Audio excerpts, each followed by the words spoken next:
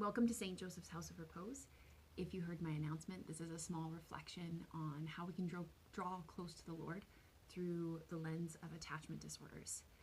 So if you have more interest in the particulars of attachment disorders and ways that you can support and help a ministry that is helping with the repercussions of the breakdown of the family and the breakdown of marriages and children being left and falling in the cracks of society, how we can help heal and better society that way, you can look at the interviews between myself and the Camp Attach team leads and the ways that God has spoken to them, God has healed them, and God has moved powerfully in their lives.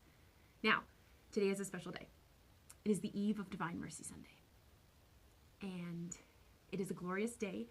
I was given the incredible grace I am a convert to the Catholic Church, and I was given special permission from the bishop to be received into the church on Divine Mercy Sunday. I was the only one confirmed. I also got special permission for my RCIA, not to be traditional RCIA.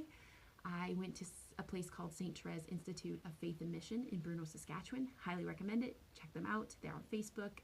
You'll find a website for them. It's a great place for young adults to go to be formed and learn what it means to be human and what it means to be Catholic in this world and to be part of the new evangelization. So, on Divine Mercy Sunday, we're going to talk about kids with RAD. Kids with reactive attachment disorder. What the amazing Teresa attachment therapist always says is that it's a faulty belief system. It's not so much a disability as much as it is this narrative that the child believes that they can only trust themselves, that the world is dangerous, and that something is inherently wrong with us.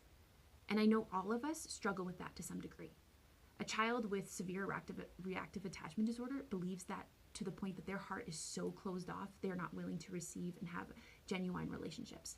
And we were made for relationship. So it's very wounding to our capacity to love. And so one thing I want to talk about is St. Faustina in her diary. She has this entire page that is marked with an X. And Jesus tells her to write down, from this day forward, my will does not exist. She writes an X, and then it says it's just God's will. Now when we're working with healing children, we help them to, when they're with safe parents, we have to work on them to actually believe that the children are safe. Providing a safe parent isn't enough. We have to also provide a therapeutic environment so we can calm the nervous system down.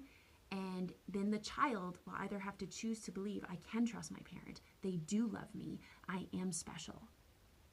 And even though they were abandoned or they had neglect or they were separated from mom at birth for even medical reasons, or mom struggled with depression and wasn't able to engage them, right? And sometimes the children handle that reality with this fear of there must be something wrong with me. I'm not special because no one is taking care of me.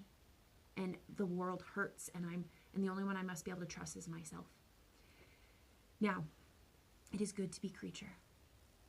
The hardest thing to surrender, that Jesus asked St. Faustina to surrender, is our will, our free will, to choose freely, to give up our will, which seems so contradictory, for the grace of receiving the divine will and living in that. But one thing that we teach these children is that when they have safe parents, they can do it. They are safe enough to do it mom and dad's way, to do it the way that we ask them to. They are safe enough to be in that family and be obedient to the authority that God has given them. Obviously, we know that there is situations where parents aren't safe, and we need to do the best we can to protect those children. But these kids so inherently believe that the world isn't safe that they react against that attachment. And how do we do this? Often with God. We don't want to die because we don't actually believe God is trustworthy, that he's going to keep us safe, and we believe something is bad about us. We're not actually special.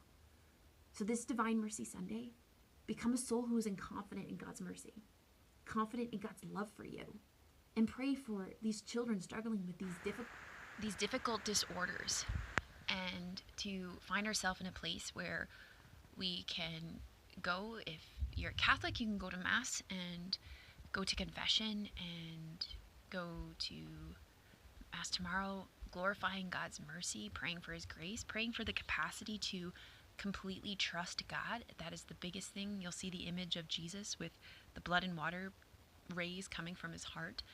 and it'll say underneath it, Jesus, I trust in you. Jesus, I trust in you. Jesus, I trust in you. And that is the biggest thing that I hear when I am trying to help these children recognize that they can trust us, right? They just scream at you in all the different behaviors, basically saying, I do not trust you. You are not going to take care of me. I am afraid.